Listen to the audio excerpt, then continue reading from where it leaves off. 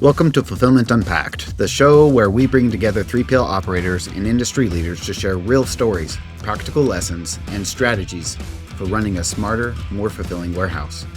I'm your host, Scott Harward, and today I've got not one, but two guests joining me. First up is Seth Gilland, a senior business development manager who's been selling logistics longer than some reps have been tying their shoes.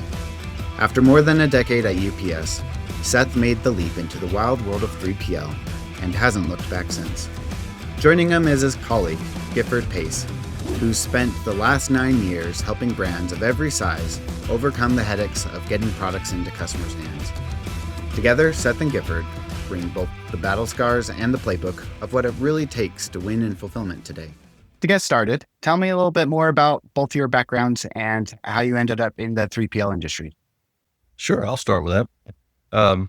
Again, my name's Seth Gilland. I'm a senior business development consultant here at FSI. Been in logistics now for over 25 years. I've started with UPS, working not only in operations, but in their business development group as well. After 13 years at UPS, I made the decision to move out of the corporate world and over to the private industry. Had a lot of industry knowledge working at UPS, going in and out of different warehouses, different fulfillment companies. And we kind of took that experience and leveraged it here to go out and entice other accounts to come on board here at FSI. And I've been in FSI for about 9 years. And actually, Seth brought me into the company. He was networking and they said, hey, we need somebody that has a sales background.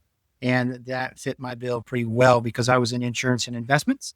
And I consider myself a business development person in logistics, not necessarily a logistics person in business development. So both of you came from different backgrounds. You didn't start out in the 3PL industry exactly. One from UPS, which is related, and then other from completely unrelated industries. What was a belief that you had coming into the 3PL industry that ended up being dead wrong? That it was slow. It is not slow by any stretch of the imagination. When you have a client that is struggling with either a warehouse issue, a labor issue, inventory management, they have to get the goods out. And that's exactly what happens. And because there's a lot of time sensitive goods and products that have to get out of here. And so if you miss a deadline, there's a big chargeback that could happen. So the idea that it's slow is not really there. Yeah. So Seth, you came out from UPS. Tell me about the moment that you decided that the 3PL would be a better fit for you. It had a lot to do with kind of the progression the way things were progressing at UPS at the time. It wasn't really trying to get into the 3PL world necessarily. It was kind of more personal, I guess, wanting to work for an organization at a different culture that was smaller, that was, had less corporate reign over it, I should say. Here I was 2 doors down from the owner, the actual founder of the business when I first started here. So, having very tough decisions to make or maybe even just as we navigate through the negotiation process with our clients, it was much less red tape to cut through here at FSI. And I realized that really quickly. That was actually one of the things that enticed me to come here, was not having to have those internal challenges or roadblocks that we faced at UPS. Not to say that, it wasn't needed at UPS. It was just due to the size, Right. and the way that organization operates. But it was definitely a welcome change. And one of the reasons I made the decision to, again, move out of that corporate lifestyle into more family oriented culture here. So speaking about the culture, what's been the favorite part of shifting to a 3PL for both of you that you've ended up loving about the industry? I would say that just the rewarding side of taking working with an entrepreneur, or even an organization that has had challenges in the past. Maybe had an operation that they couldn't control or run exactly the way they wanted, couldn't operate it as lean as they wanted to. Being able to help them fulfill that goal or meet that challenge, I think that is the most rewarding side of things here, is that we can, take in essentially a mess. Sometimes we inherit problems that existed in this industry. They were self-inflicted, where they were trying to do it themselves, or it was from just a bad operation that was running somewhere else. And being able to overcome those challenges for our client. So that is very rewarding in my mind, taking a ownership of somebody else's business and helping them succeed. Yeah, truly becoming really a partner with them, and helping them build their reputation, because they probably didn't get in the business to pack boxes. They had an idea of a product or something that they wanted to get in front of a lot of different people, whether that was to a door or to a store, and to help them grow that business. That's really the satisfying thing for me. Yeah, your customers are putting a lot of trust in your business. That's one thing that I think every 3PL owner and operator feels, is that there's a lot of weight, because these companies, when they outsource to a 3PL, they're outsourcing a major part of their business. If the packages don't get sent out, if things don't get done right, then their business collapses. I recently saw an experience with a 3PL where their system accidentally put their Shopify products out of stock on their website because there was a syncing error. And it made it so they lost sales for 2 days. Oh, wow. And so that was a really interesting experience to see how the 3PL was working on navigating and making that right. But really, the 3PL represents a core competency of an e-commerce business. Yeah. And while it's better for them to outsource it, it also has to have a lot of trust. So during the sales process, what is it that you do to be able to gain that trust and help make sure that people have confidence in that you're going to fulfill on your promises? I would think that it is a matter of truly listening to where they are in their cycle or in their situation, understanding that, and then asking, probing questions to really get underneath the answer. It's not a sales process, it's a solution process. And once we can help them understand what their situation is and some potential solutions for it, it becomes a lot better. And I would also like to add that it's we really focus on the quality of who we are. If you came to our facility, and we encourage all of our potential prospects or clients, if that matter, come visit us. Come out here and see us, see our operation firsthand. And you'll understand more about how we operate, the cleanliness of the warehouse, the organization of the inventory, the way that we utilize technology to process our orders. And I think that's a big part of how we exhibit that to our potential prospects and clients. When you meet another business development guy in the industry, what's a giveaway that they're a rookie? I would probably say, how well do they do their 60-second commercial? If they're stammering and stuttering and they can't, identify what they do and the problems they solve within a minute, and really truly get an understanding of that, they're probably starting out. Tell me about some signals that you guys catch early on that represent a client that is about to leave. The biggest indicator is communication. When things kind of just go silent, either, we try to maintain communication directly with our customer service team, but definitely once a quarter, we're trying to have quarterly business reviews. If if the clients aren't necessarily engaging in that, or they're willing to have those meetings, usually you've got a problem you've got to deal with. During the sales process, what is a client objection that you actually love to hear? Client objection that we like to hear. I would say probably turnaround time on orders. Clients usually, when they come to us, they're either having a lot of orders that aren't being processed timely, or either they can't do it, or their current 3PL is struggling with that. I like it when our standards are exceeding their expectations. Some objections represent an opportunity to show your strengths. Yeah, and it's an opportunity to turn a negative in their mind and turn it into a positive. Mm-hmm. Of like, oh, these guys are the right fit.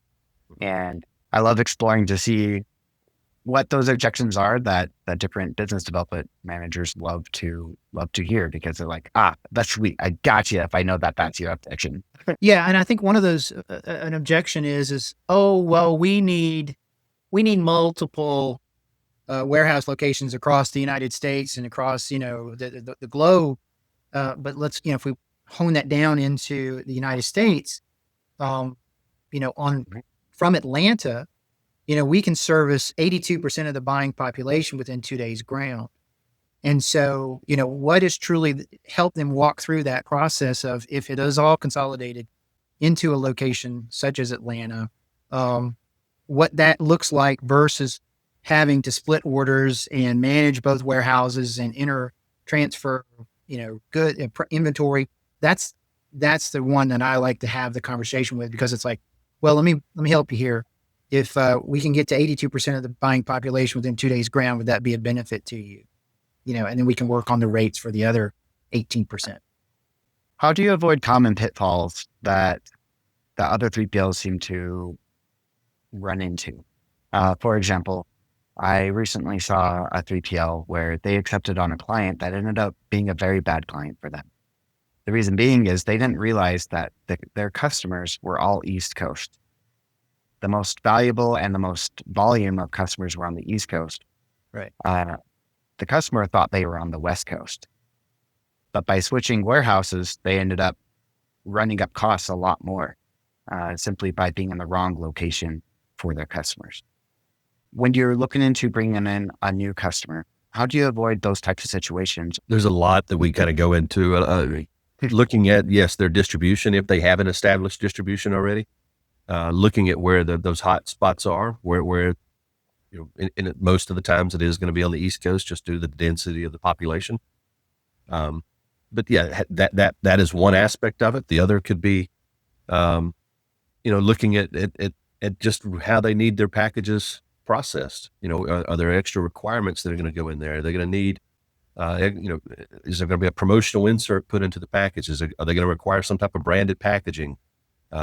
Those type of things all kind of get evaluated in the entire process, and so it's challenging. The sales process is much longer than most people anticipate. A lot of times it's 6 to 12 months, maybe longer than that, as you're Right. going through the evaluation.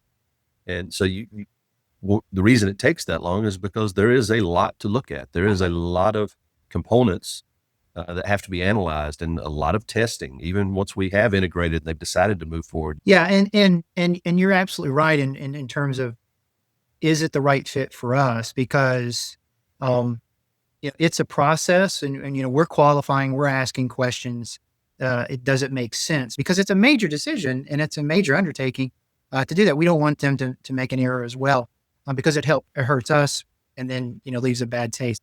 So that's when we start to ask the questions, because if we can come up with if we come up with a solution that is not in their budget, then it really isn't a solution. We have to figure out that for us as well as them, and be able to help them, because they may or may not be ready for us, but we hope they are.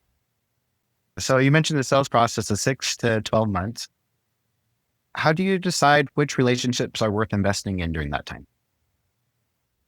We really evaluate more on the product than the relationship, I would say, in that scenario. Mm-hmm. Are we comfortable with fulfilling this type of product? Are we good at fulfilling that product? We know it's kind of what fits in our system really well. We're gonna, the unicorn that everybody wants to go after is very little SKUs, very lightweight, Lots of volume, lots of exact same orders, so you can batch process. If we find those, then yeah, we're gonna be able to get much more aggressive and clear the path much quicker to onboard an account like that. The ones that are a little bit more challenging are obviously larger products, heavier, bulkier, lots of SKU variations that require a lot of different storage. You can't get a lot of synergy, or you can't get a lot of velocity necessarily with one SKU or multiple SKUs. Tell me a little bit more about a situation that you just decided was not a right fit, and how did you know? Most of the time, when we walk away, when we make that decision to walk away, it's because they're not really desiring a partnership. They're essentially taking no responsibility in any of the errors or the process. They simply want to blame every issue on our operation when that's not always the case. The other would be obviously not cash flow issues, not wanting to pay their invoices. At that point, we can't assume risk for an account. You got to be able to have those difficult conversations. It's not easy, and that's why you build that relationship so that you can have those conversations. Like communication in that perspective and expectations is key. We used to pick up any account that needed fulfillment. We would say, "Yep, we can do it all." Not necessarily the case anymore. We found that working with established accounts, people that already have volume, or at least that are going to come into the market with volume, they're the ones that we're going to be able to maintain a much longer relationship with, due to the fact that it's not a gamble, and there's so many overhead static costs that come with fulfilling or running your own operation. You're going to have, certain amount of rent, certain amount of monthly charges, whether you have orders or not. So somebody that's only doing 100 orders a month out of their garage, they decide that they don't want to do that anymore, and they want to hand it out to a 3PL. Probably not going to be us. Well, it's the experience there that, because if you've got, hey, I've got a great idea, and I'm getting, 500 made and they're going to be sent over to China and that kind of thing, then that's a different stage of the business than where we typically help the most. We're helping the individual that has the marketing in place, has the channels developed, or wants to develop the channels and more fully. They may have an Amazon, but they don't have Target yet, or vice versa. And they're like, we can't grow if we can't do that. And that's where we step in and go, okay, again, you didn't get into the business to pack boxes. We do that. And so let us take that off while you go develop the relationship so that you can grow, and it's gone well beyond your garage kind of thing. What's a sales metric that you think is total BS that most companies obsess over or pay too much attention to? I would say one of the things, and we talked about this earlier, that from a sales standpoint, we talked about having multiple locations. I would say that is BS. We don't have to have multiple locations. We don't have to be in multiple regions to fulfill. It really depends on where your distribution is. So, if you, like you say, if you need a fulfillment center in Utah, and you think you need a fulfillment center in Utah and one on the East Coast, do you really? I mean, what's the benefit of that if you don't have orders being shipped into Utah or even on the West Coast? What's if only 5% of your orders are going over there? Why are you going to pay to have split inventory? Pay storage at two places? Pay increased labor cost? There's just so much more infrastructure that needs to be put in place for that model to work. I would think that would be probably one of the bigger BS related sales tactics. I wouldn't call it a KPI necessarily, though. Right. Well, that makes sense, especially depending on the customer of where is the best fit, where are their customers, and who really are they trying to sell to. We've always kind of stood on that. It doesn't always work out for us that way, because there are accounts that definitely need multiple nodes. I'm not saying that's not always the case, but more times than not, we have found, and it's because of where we're located at. What's the dumbest thing a client has ever asked you guys to do? Lie for them. We've had clients. I've had clients come to me and want me to, essentially talk to you, whether it be a financial company or somebody else, and try to substantiate something that's completely not true. So to do things that are unethical, I don't think that's not what we're going to do. Yeah. We've had some shady there's some shady characters that run around, and you can identify them pretty quickly based on what they're selling sometimes. And I think we've had our taste of that. There's a lot of, and I don't want to say it's always the case, but where we've ran up against it the most, I would say, would be in people that are in supplements and things like that. Are they really legit? Are they just, one day it's got this label on it, and then you got the same product the next day with a different label on it. They've asked us to change out product and turn it into something else. So We know it's not that. Right. Yeah. How did you Okay. navigate those situations? What do you do? We usually try to separate ourselves from those organizations. I mean, long term, it's not going to do us any good. More times than not, they're going to end up having some type of issue. Yeah, that's the tip of the iceberg, Mhm. so to speak. That's a good indicator that there's going to be problems down the road. And we try not, that's not what we're building our business on. Like Gifford said, we're trying to build our business on great, partners, people that we have good relationships with, people that we know we can help grow their business and they can help grow ours. Those organizations aren't going to do that. They're only have self-interest at the forefront. So this one might be a little controversial. Who's the smartest and who's the dumbest person you've worked with in a 3PL? And what did they teach you? Wow. Well, I'm not gonna say the dumbest because this is recorded and everything else. Besides myself, No, you don't have to name names. You don't have to name names. names. Okay, good. So I'm probably the dumbest person I work with. I was going to say, sometimes it's ourselves. You Sometimes know. we can be the smartest and the dumbest at the same time. Right. Oh, Gosh. gosh. There's a lot of individuals that I've worked with in this industry, either at UPS or here at a 3PL with FSI, that had a ton of knowledge, and I try to attach myself to those individuals so that I can learn as much as I can, so I know how to speak it, so that we're all on the same page essentially. Because Right. I can't do it all on my own. I can't bring an accountant or a prospect in here and sell the entire process I'm on. It takes our entire team to do that. So I think the people that I try to surround myself with can help me fill in the gaps where I know I have some deficiencies. I think the dumbest people that are in the industry are the people that think they know it all. Yeah. That think they can do it on their own, and they don't listen to anybody else. We've encountered people like that, not only in our organization, but outside our organization. Everybody's going to have that. I think it's a matter of also understanding lanes of where people are and where individual strengths, lie.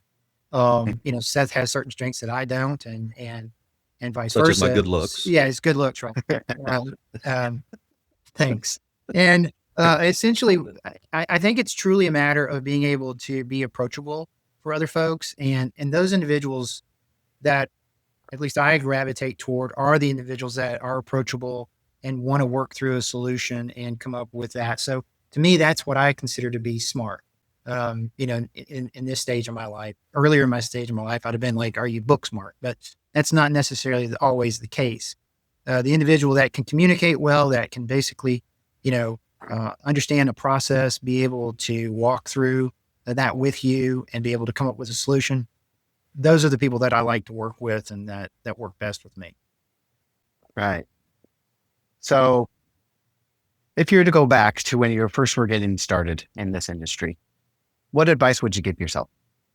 I would say insert yourself in as many areas of this business as you can, starting at the bottom. Work in the warehouse, understand the process, get as much experience as you can in that, from an operations standpoint, but then also from a customer service standpoint, from a financial standpoint.